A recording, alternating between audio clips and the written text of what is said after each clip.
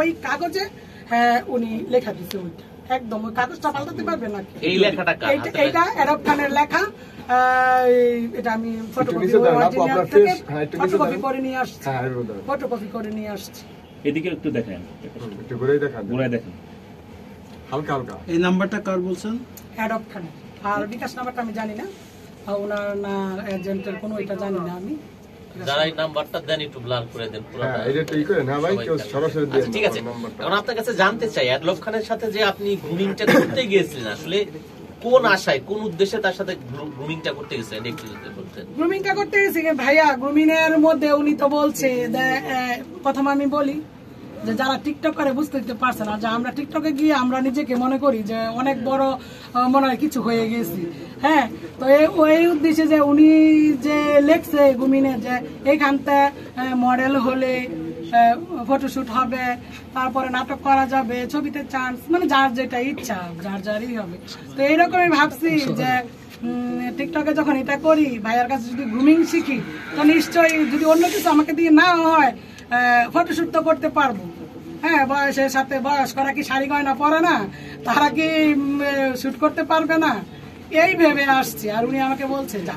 তুমি চিন্তা করো না তুমি যখন আসছি তোমাকে গোজে মেশে পরিষ্কার করে আমি ক্যামেরার সামনে আনবো ভাই অ্যাডলফ খান এটা আমাকে বলেছে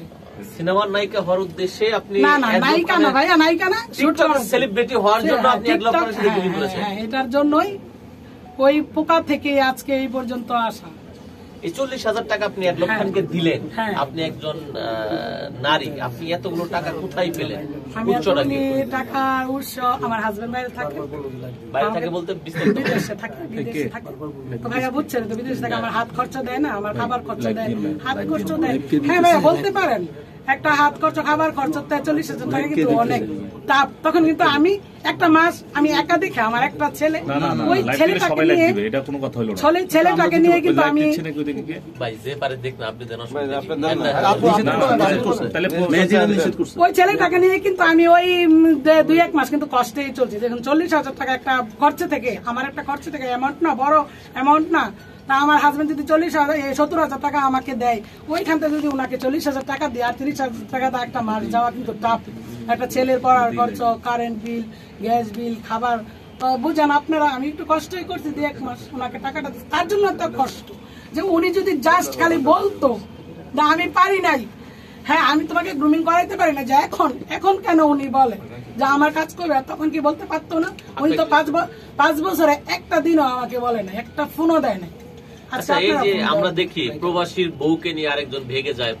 প্রবাসীর বউ বিভিন্ন জায়গায় ইনভেস্ট করে ধরা খায় আপনিও সেম কাজ প্রবাসীর বউরা কি সবসময় বোকা হয় এরকমটা তাদের সাথে কেন হয় কি মনে হয় বোকা হয় আসলে ভাইয়া ওরা তো একা থাকে আমি জানি না অন্য মানুষের কথা কিন্তু আমি কারণ একা কাজের পরে মোবাইলটা যখন নেই মোবাইলটা ফেসবুক দেখি বা টিকটকটা এর মধ্যে সময় যায় টিকটকটা ওই সময় মানে পার করতাম বেশি কাজের পরে টিকটক বসে যাক ওইটা যখন আমি তো অন্য বাজে দিকেই করি নাই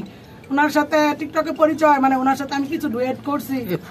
দেখছি কমেন্ট করছে নাইস ভালো ভালো মানে তখন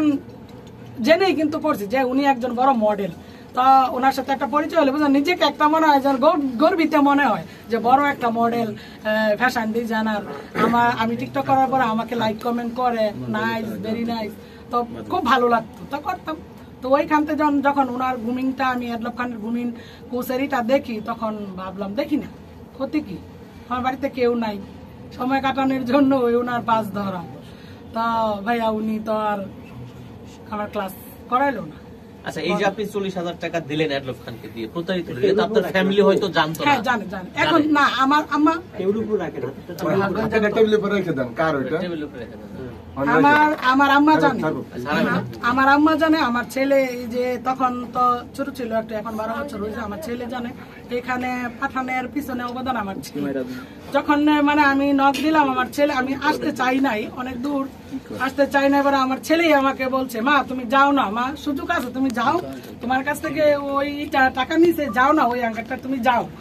ওই ছেলের জন্যই আমার আশা আমি তো আসতাম না আমি না মানে অনেক বইলাও বলছি যে না বৃষ্টি টিষ্টি ভাই আসতে পারবো না এত দূরে সেই ফেনী থেকে নরসিংদী ফেনী থেকে আমার বাবার বাড়িতে আসলাম ছেলেকে রাখলাম তারপর আপনাদের এখানে আসলাম আচ্ছা আপনার হাজবেন্ড জানতো কিনা এটা না আমার হাজবেন্ড এই যে এখন তো আপনার হাজবেন্ড জেনে যাবে আপনার সাংসারিক হাজবেন্ডকে জীবনে বলি নাই, কোনো না অশান্তি তৈরি হবে হাজবেন্ডকে কিনা? বলি নাই ভাই, আমি মিথ্যা কথা হাজবেন্ডকে বলছি। কোনটা বলছি যে আমি মডেলিং করব এটা বলি নাই। আমি আগে মানে বিয়ের আগে আমি কিছু গান টান করতাম, তো আমার হাজবেন্ডকে আমি বলছি যে আমি এই একাডেমিতে এই শিল্পকলায় ভর্তি হব। যখন ভাইয়া যখন আমি ওই যে ক্লাস করানোর